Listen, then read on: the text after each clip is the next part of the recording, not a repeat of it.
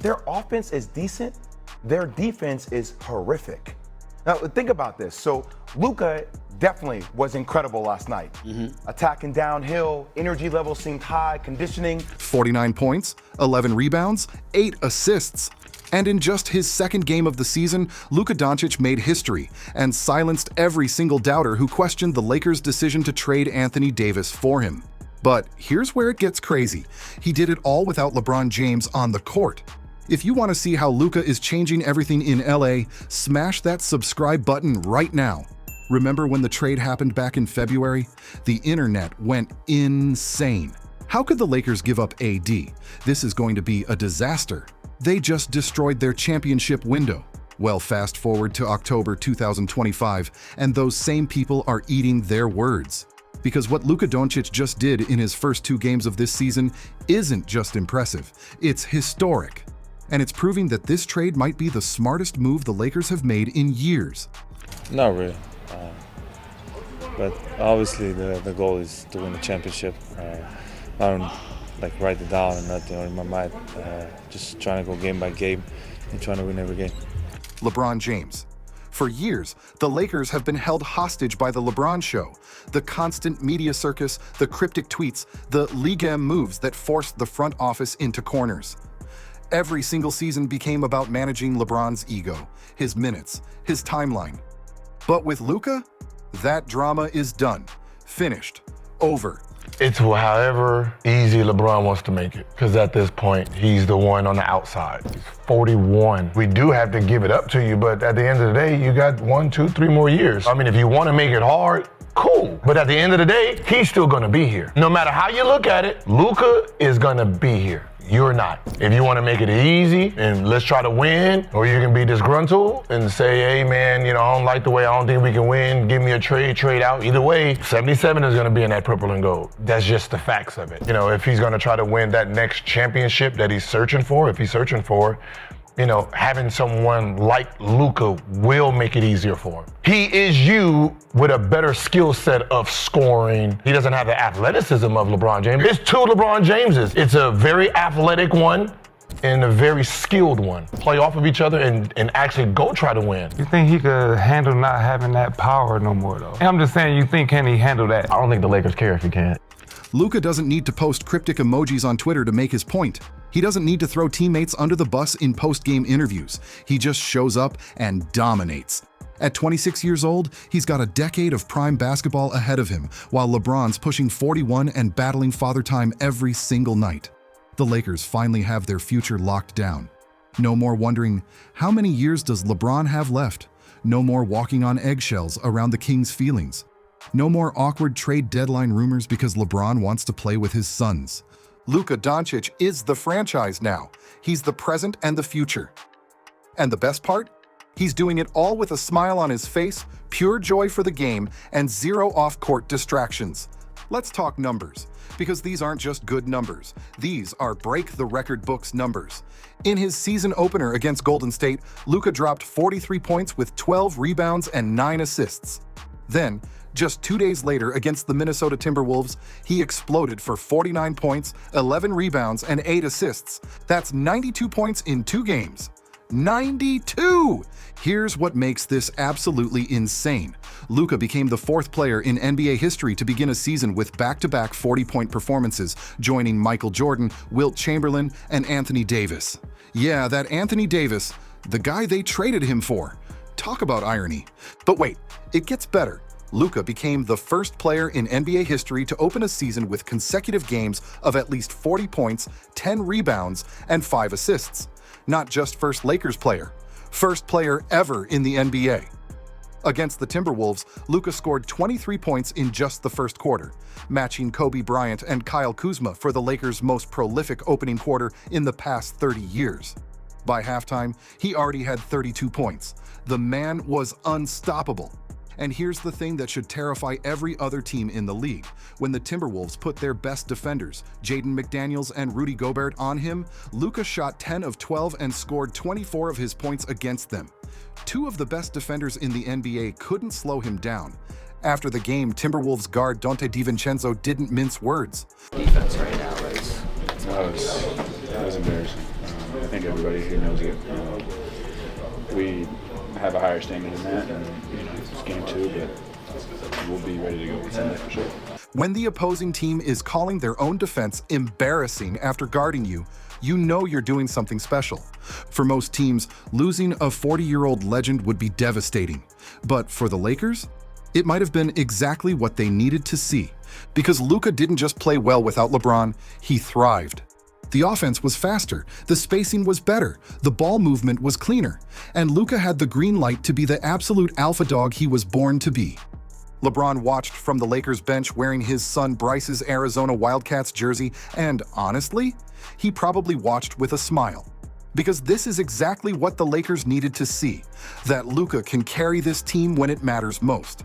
Lakers head coach JJ Redick has been vocal about Luka's potential all season. Before the season even started, Redick boldly predicted that Luka would seize the NBA MVP award this year, citing his elite motivation and mentality.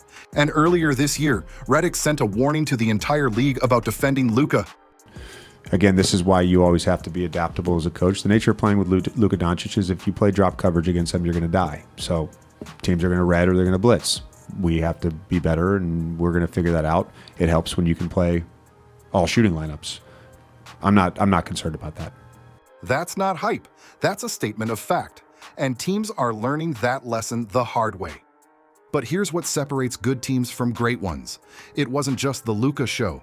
Austin Reeves added 25 points and 11 assists against the Timberwolves, while Rui Hachimura scored 23 points on an efficient 10 of 13 shooting. DeAndre Ayton contributed 15 points and 8 rebounds. This is the Lakers offense that JJ Redick envisioned, Luka as the conductor, but everyone else playing their roles to perfection.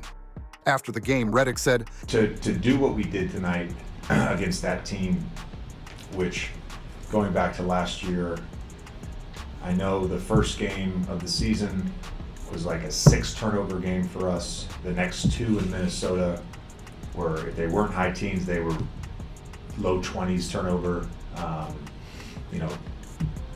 Turnovers hurt us in the series last year. I think we had 2 shot clock violations, so we basically had 10 turnovers as a team. Austin having 11 assists and 1 turnover. Luka having 8 with 3 turnovers. Our primary guys really just managed the game well. And when Luka went down with injuries, the team didn't collapse. Austin Reeves stepped up in a massive way against Sacramento, dropping a career-high 51 points with 11 rebounds and 9 assists. This Lakers team has depth, and they're not afraid to use it. But then came the bad news that Lakers fans were dreading. After his 49-point explosion, the Lakers announced that Luka had been diagnosed with a sprained left finger and a lower left leg contusion, and he would be sidelined for at least 1 week. Luka actually hurt his left hand in the opening moments against Minnesota and was grabbing at it repeatedly while bent over in pain. But he played through it and still dropped 49. That's warrior mentality right there. Coach JJ Redick addressed the injury after the game. You're obviously losing a guy who creates an advantage on every possession on the offensive end. That's the toughest part. The good news? The team and medical staff don't expect either injury to be a long-term concern. Luka will be back. And when he returns, watch out.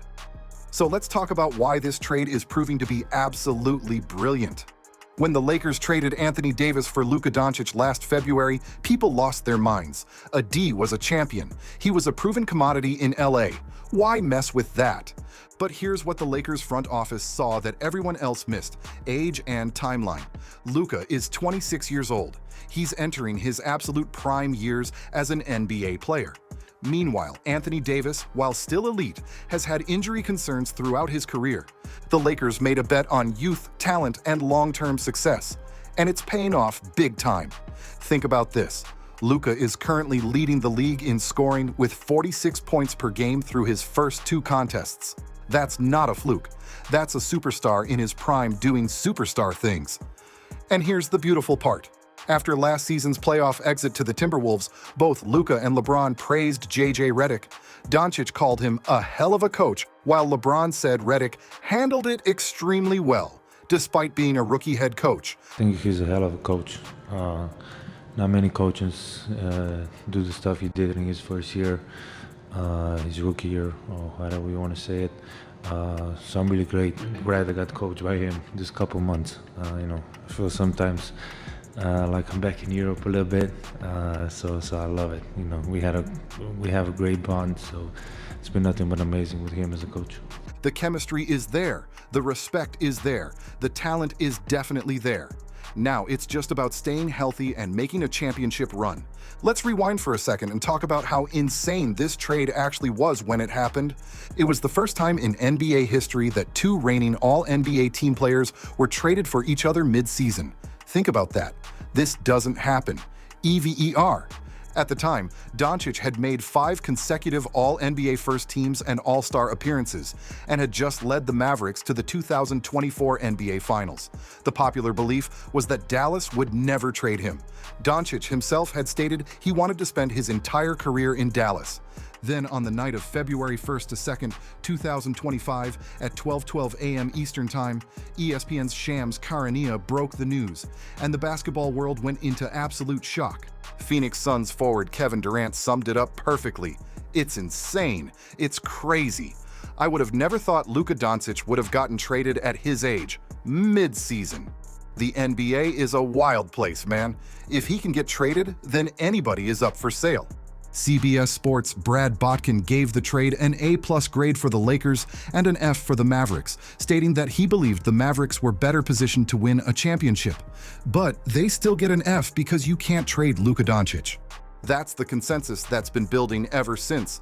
The Lakers absolutely fleeced Dallas in this deal, and now, 8 months later, Luka's historic start is proving exactly why. Here's where things get really exciting for Lakers fans. The Lakers have won 7 of their last 8 games before either Dončić or Williams stepped on the floor and are starting to look like true Western Conference contenders. And the betting market has reacted accordingly, with the payout for a Los Angeles championship much lower than it was just days ago. According to Caesars Sports head of NBA trading David Lieberman, the Lakers were already our biggest liability before the Dončić trade. Since the trade, that liability has only gotten bigger. Translation? The public is betting big on the Lakers to win it all, and why wouldn't they? The team has gone 18-10 with Luka on the court this season, a 64.2% winning percentage. For context, only the Oklahoma City Thunder have had a better overall win percentage in the West this season. After the Lakers' recent dominant win against the Nuggets, Luka made his championship intentions crystal clear. Not really. But obviously the goal is to win a championship. I don't write it down and nothing in my mind. Just trying to go game by game and trying to win every game. That's the confidence of a player who knows what he's capable of. Luka has won the Liga ACB championship 3 times with Real Madrid, won the EuroLeague title in 2018, and took the Mavericks to the NBA Finals last year. The man knows how to win at every level. Now he just needs that NBA ring to complete the collection. Let's be real, 2 games doesn't define a season, but these weren't just any 2 games. Luka showed that he can be the guy in Los Angeles, not LeBron's sidekick, not playing second fiddle. The franchise player that the Lakers can build around for the next decade. JJ Redick believes Luka's transcendent skills can overcome any systemic limitations the roster might have. And based on what we've seen so far, he's absolutely right. The Lakers still have work to do. With both Luka and LeBron expected to miss time, the team will need to rely heavily on Austin Reeves and their role players. But the fact that Reeves can drop 51 points and lead them to a win against Sacramento shows this team has fight in them. When Luka comes back healthy and when LeBron finally returns, this Lakers team could be absolutely terrifying. We're talking about a duo that could legitimately challenge for the championship this year and for years to come. So was the Luka trade the best decision for the Lakers? Based on what we've seen in just these first 2 games, the answer is looking more and more like a resounding yes, 92 points in 2 games. NBA history made, a franchise energized, and a 26-year-old superstar who's just getting started. The doubters said it couldn't work. They said trading AD was a mistake. They said Luka and LeBron wouldn't fit together. Well, Luka just proved he doesn't even need LeBron to dominate, and that's exactly why this trade was genius. What do you think? Is Luka about to lead the Lakers to banner number 18? Or do they still need to make moves? Drop your thoughts in the comments below. And if you enjoyed this breakdown, hit that like button, subscribe to the channel, and turn on notifications so you never miss another video.